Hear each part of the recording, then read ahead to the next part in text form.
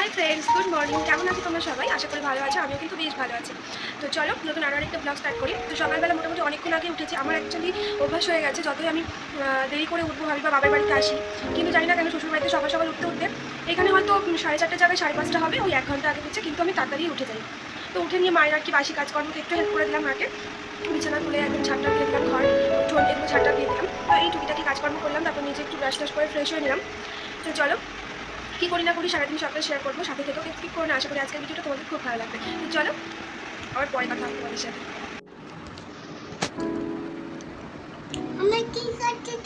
তুমি বলো কি খাচ্ছ? ম্যাগি। ম্যাগি? ঠিক আছে, খাও। তো তোমরা দেখতেই তো পেলে পুকুন কতটা দুষ্টু। আমি ওই ননস্টিকের প্যানটার মধ্যে ওটা রান্না করেছি আর ও ওটাতেই খেতে শুরু করে দিয়েছে। ও ভাবছে ওটা বুঝি ম্যাগি। ও ম্যাগি খেতে এতটাই ভালোবাসে। তো তারপর বাইরে এসে দেখি মা এখানে ধান সিদ্ধ করছে, আর পুকুনকে ওই বড়ো চারিটার যেটাতে ধান ভেজানো হবে তার মধ্যে উঠিয়ে দিয়েছে, কারণ পুকুন দুষ্টুমি করছিল আর বারবার আগুনের কাছে চলে যাচ্ছিল।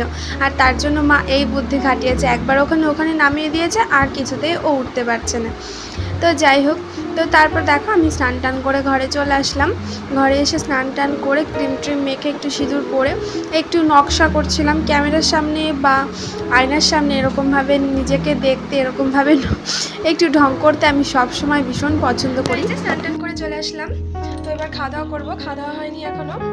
আর যাবো ছাদে গিয়ে একটু জামা কাপড় মেলে দিয়ে আসবো। পুকুনের কিছু জামা কাপড় ছিল আর কি, এত দুষ্টুমি করছে এখানে এসে, শুধু ধুলো জল এই নিয়ে পড়ে রয়েছে। তো চলো কিছু জামা কাপড় নোংরা করেছিল সেগুলো আর কি স্নান করার সময় কেচে দিলাম। তারপর যাবো ছাদে, তো সেগুলো মেলে দিয়ে আসে, তারপর আমি খাওয়া দাওয়া করবো। তো তারপর চলে যাই ছাদে কিছু জামা কাপড় মেলতে হবে। তো চলে যাই, এই যে ছাদ চলে আসলাম, জামা কাপড়গুলো মেলে নিই।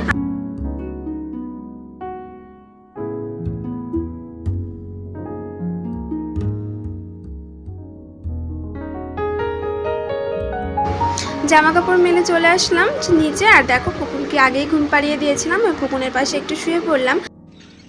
তো বিকাল হয়ে গেছে, পুকুন উঠে পড়লো, পুকুনকে খাওয়ালাম। আর মেঘ করেছে একটু একটু, তো বৃষ্টি হলে তো ভালোই হয়, কারণ বিভৎস গরম।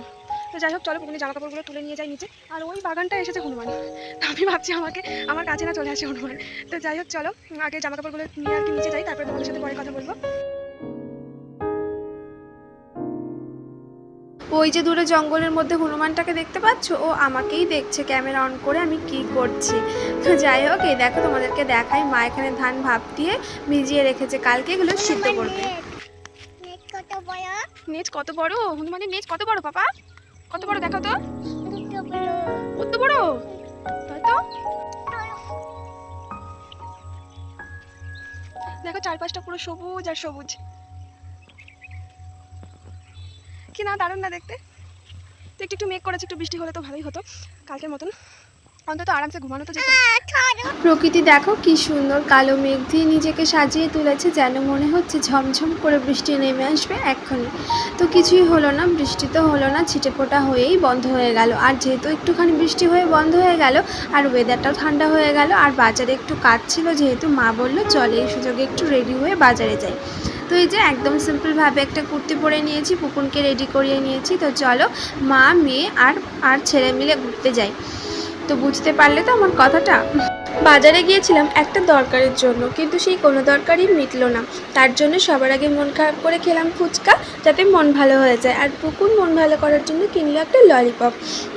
তারপর আবার টোটোতে উঠে পড়লাম বাড়ি ফেরার উদ্দেশ্যে। আর দেখো কেমন কালো করে মেঘ করে উঠেছে, যেন মনে হচ্ছে আবার একবার বৃষ্টি হয়ে যাবে। তার জন্য গেছিলাম, তার কিচ্ছুই হলো না। তো সেই কাকুটার অ্যাকচুয়ালি শরীরটা খারাপ, তাই দোকান খোলেনি। তো অন্য একদিন যাবো, তখন তোমাদের দেখাবো কী কাজে গেছিলাম, কেন গেছিলাম বলবো। তো চলো আজকে টুকিটা কি কেনাকাটা করেছি এটা ওটা, মানে কেনাকাটা বলতে ওই আর কি খাওয়া দাওয়া আর ফুচকা খেয়েছি। তো ব্যাস এইটুকুই, তো তোমরা সবই ভিডিওতে দেখতেই পেয়েছো। তো চলো আজকের মতন আসি, আবার দেখা হবে কালকে নতুন কোনো ভিডিওর সাথে। ততক্ষণ তোমরা সবাই খুব ভালো থেকো, সুস্থ থেকো, টাটা। আর অবশ্যই আমার চ্যানেলটা সাবস্ক্রাইব করে আমার পাশে থেকো, টাটা।